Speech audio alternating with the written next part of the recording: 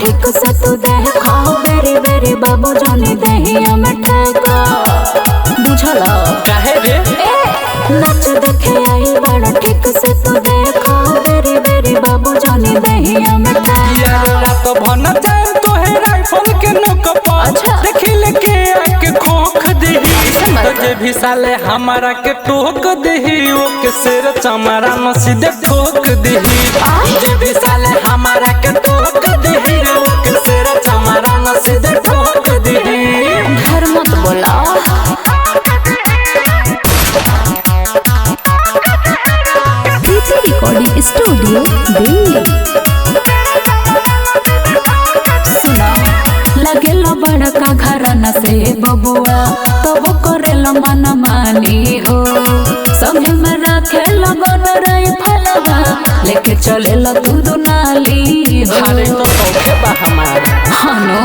किया रे हुसर के नामों से जानल जाइल ओई दबंग चमरान हो चलिले जब हमार राइफल के संगवा दुश्मन होके परेशान किया रे रात भन जाए तो है राइफल के नोकपा देखी लेके आके खोख दही तजे भी साले हमारा के टोक दही रे वो के सिर चमरा न सीधे ठोक दही तुझे भी साले हमारा के टोक दही रे वो के सिर चमरा न सीधे ठोक दही ऐसे मत बा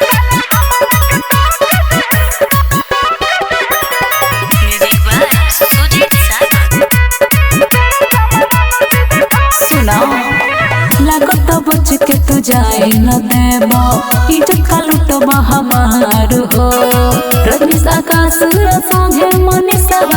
लेके घूमे लो हथियार हो